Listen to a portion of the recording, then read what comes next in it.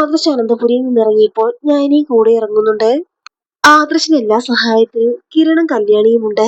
കിരണ jewellery കയറിപ്പറ്റി അവിടുത്തെ എല്ലാ രഹസ്യങ്ങളും ചോർത്തി കൊടുക്കുകയാണ്. ഇതിന്റെ വ്യക്തത ലഭിക്കാൻ വേണ്ടി സ്റ്റാൻലി മാർട്ടി കമ്പനിയെ നേരിട്ട് കാണാൻ വേണ്ടി ആദർശ് തീരുമാനിച്ചു. ആദർശ് നയനയോട് കാര്യങ്ങളെല്ലാം വിശദീകരിക്കുകയാണ്. നയനെ, കിരണും കല്യാണിയും നമ്മുടെ കൂടെ തന്നെയുണ്ട്. കിരൺ ജ്വല്ലറിയിൽ ഒരു കൺസ്ട്രക്ഷൻ ജോലിക്കാരനായി കയറി പറ്റിയിട്ടുണ്ട്. അവിടെ ഡേവിഡിൽ നിന്ന് പല രഹസ്യങ്ങളും ചോർത്തിയിട്ടുണ്ട്. ആ ഡേവിഡ് ജ്വല്ലറിയിൽ ആരുമല്ല, യഥാർത്ഥ MD വേറൊരാളാണ്. അയാളാണ് നമ്മുടെ ശത്രു. അത് കേട്ട് ഞാൻ അത്ഭുതത്തോടു കൂടി ചോദിക്കുന്നുണ്ട്, അങ്ങനെ ശത്രു ഉണ്ടാകുമോ എന്ന്. മൂർത്തി ചിലറയ്ക്കെതിരെ കളിക്കുന്ന ആളെ കണ്ടുപിടിച്ചാൽ മാത്രമേ നമ്മുടെ പ്രശ്നങ്ങളെല്ലാം മാറി മൂർത്തി ചിലറെ ഉയർത്താൻ സാധിക്കൂ. അങ്ങനെ മൂർത്തി ചിലറയ്ക്കെതിരെ കളിക്കുന്നത് നാഗേന്ദ്രനാണെന്ന് ആദർശ് നയനയും മനസ്സിലാക്കുകയാണ്. അങ്ങനെ നാഗേന്ദ്രനെ കുറിച്ച് കൂടുതലായി അന്വേഷിക്കുന്നുണ്ട് നന്ദു. ആ സമയത്ത് ചില സത്യങ്ങൾ നന്ദു മനസ്സിലാക്കുകയാണ്. നാഗേന്ദ്രൻ ഒരു കൊടും കുറ്റവാളിയാണെന്നും ഒരു ചെറിയ ജ്വല്ലറിയിൽ ജോലി ചെയ്തിരുന്ന നാഗേന്ദ്രൻ ജ്വല്ലറി ഉടമയെ ചതിച്ചുകൊണ്ടാണ് ജ്വല്ലറി സ്വന്തമാക്കിയതെന്ന് സത്യമെല്ലാം നന്ദു അറിയുകയാണ്. ആ ജ്വല്ലറി ഉടമയെ കൊല്ലുകയായിരുന്നു നാഗേന്ദ്രൻ. അതുകൊണ്ട് തന്നെ നാഗേന്ദ്രനാണ് അത് ചെയ്തതെന്ന് ഒടുവിൽ തെളിയുന്നുണ്ട്. എന്നാൽ പിന്നീട് നാഗേന്ദ്രൻ ഒളിവിൽ പോവുകയാണ്.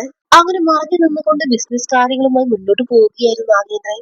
ആ സത്യങ്ങളെല്ലാം നന്ദു മനസ്സിലാക്കുകയും ആദർശിനോട് നയനിയോട് ഇക്കാര്യം പറയുകയും ചെയ്യുന്നുണ്ട്. അങ്ങനെ കിരണും കല്യാണി നാഗേന്ദ്രനെ കുറിച്ച് കൂടുതലായി വിവരങ്ങൾ അറിയുന്നുണ്ട്. അങ്ങനെ കിരൺ ആദർശിനോട് പറയുന്നുണ്ട്, ആദർശ് ഇപ്പോഴത്തെ അവസ്ഥയിൽ നീ സൂക്ഷിക്കണം. ആ നാഗേന്ദ്രന്റെ മനസ്സിൽ കടുത്ത പക തന്നെ മൂർത്തി ജ്വല്ലറിയോടുണ്ട്. പ്രത്യേകിച്ച് അയാളെ പുറത്താക്കി മുത്തശ്ശിനോട് വല്ലാത്ത ദേഷ്യമുണ്ട്. അനന്തപുരിയെ തകർക്കുക എന്ന ഒറ്റ ഉദ്ദേശമേ നാഗേന്ദ്രനുള്ളൂ എന്നൊക്കെ പറഞ്ഞു കൊടുക്കുകയാണ് കിരൺ.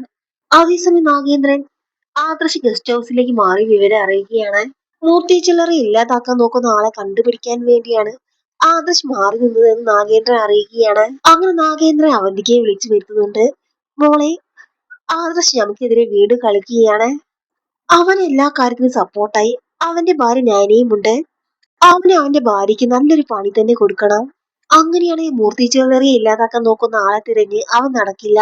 അങ്ങനെ അവന്തികയും നാഗേന്ദ്രനും ഒരു പ്ലാൻ തന്നെ ഒരുക്കുന്നുണ്ട്.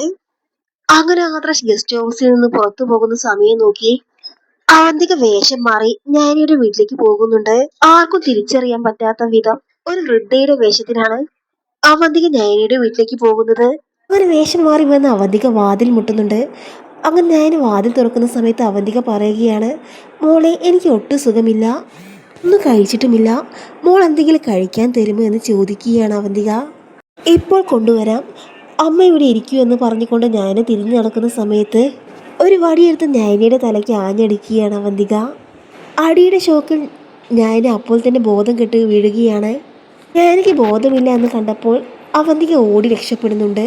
അങ്ങനെ അവന്തിക നാഗേന്ദ്രനെ വിളിക്കുന്നുണ്ട്. അച്ഛാ, നമ്മൾ വിചാരിച്ചതുപോലെ കാര്യങ്ങളെല്ലാം നടന്നു. അച്ഛൻ പറഞ്ഞതുപോലെ എല്ലാ കാര്യങ്ങളും ഞാൻ ചെയ്തു. ഒരടി അടിച്ചതേ ഓർമ്മയുള്ളൂ. ആ നയനിയുടെ ബോധം തന്നെ പോയി. ഇനി എന്തായാലും ആ ആദർശം ഒന്ന് ഒതുങ്ങും. നമുക്ക് എന്തായാലും ഇനി നമ്മുടെ ഇഷ്ടം പോലെ കാര്യങ്ങളെല്ലാം ചെയ്യാം എന്നൊക്കെ അവന്തിക നാഗേന്ദ്രനോട് പറഞ്ഞു കൊടുക്കുകയാണ്. അവന്തികയുടെ വാക്കുകൾ കേട്ട് നാഗേന്ദ്രന് വലിയ സന്തോഷമാവുകയാണ്. അങ്ങനെ ആദർശ് നയനയെ ഫോൺ വിളിക്കുന്ന സമയത്ത് നയന ഫോൺ എടുക്കുന്നില്ല. അങ്ങനെ പിന്നെയും ആദർശ് ഫോൺ ചെയ്യുന്നുണ്ട്, എങ്കിലും നയന ഫോൺ എടുക്കുന്നില്ല. അങ്ങനെ ആകെ ടെൻഷനായി ആദർശ് ഗസ്റ്റ് ഹൗസിലേക്ക് വരുന്ന സമയത്ത് ബോധം കെട്ട് കിടക്കുന്ന നയനയാണ് കാണാൻ സാധിക്കുന്നത്. നയനയുടെ ദേഹത്ത് മുറിവുമുണ്ട്. ആദർശ് നയനയെ ഒന്ന് ഉറക്കെ വിളിച്ചെങ്കിലും നയനയുടെ ശരീരത്തിൽ നിന്ന് രക്തം വാർന്നുകൊണ്ടിരിക്കുകയാണ്. അങ്ങനെ ആദർശ് ഉടനെ തന്നെ നയനയെ ഹോസ്പിറ്റലിലേക്ക് എത്തിക്കുന്നുണ്ട്. ആ സമയത്തിന് കിരണും കല്യാണി അങ്ങോട്ട് എത്തുകയാണ്. അങ്ങനെ ആദർശ് കരഞ്ഞുകൊണ്ട് കിരണിനോട് പറയുന്നുണ്ട്, നയനയ്ക്ക് എന്താണ് പറ്റിയതെന്ന് കിരൺ ചോദിക്കുകയാണ്. എനിക്കറിയില്ല കിരൺ, ഞാൻ വരുന്ന സമയത്ത് നയന ബോധം കെട്ട് കിടക്കുന്നതാണ് കാണുന്നത്. അങ്ങനെ കരഞ്ഞുകൊണ്ട് ആദർശ് പറയുകയാണ്.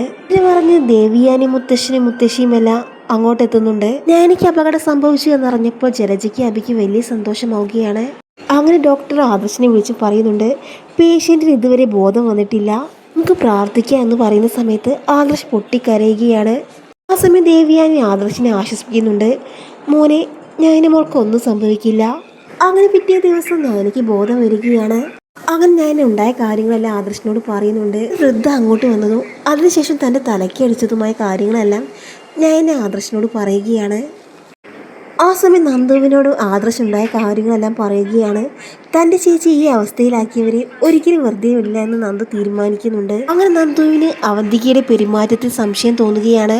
അങ്ങനെ നന്ദു അവന്തിക ഇല്ലാത്ത സമയം നോക്കി അവന്തികയുടെ റൂം പരിശോധിക്കുന്നുണ്ട്. അങ്ങനെ ഒരുപാട് പരിശോധിക്കുന്ന സമയത്ത് അവന്തികയുടെ റൂമിൽ വെള്ള വസ്ത്രങ്ങളും മുടിപ്പൂരവും എല്ലാം കിട്ടുകയാണ്. അങ്ങനെ അവന്തികയാണ് വൃദ്ധയുടെ വേഷത്തിലെത്തി നയനയെ കൊല്ലാൻ ശ്രമിച്ചതെന്ന് നന്ദു മനസ്സിലാക്കുകയാണ്. അങ്ങനെ നന്ദു അവന്തികയെ തെളിവ് സഹിതം തന്നെ പിടിക്കുകയും അവന്തികയുടെ നാഗേന്ദ്രന്റെ എല്ലാ കള്ളത്തരങ്ങളും കണ്ടുപിടിക്കുകയും ചെയ്യുന്നുണ്ട്.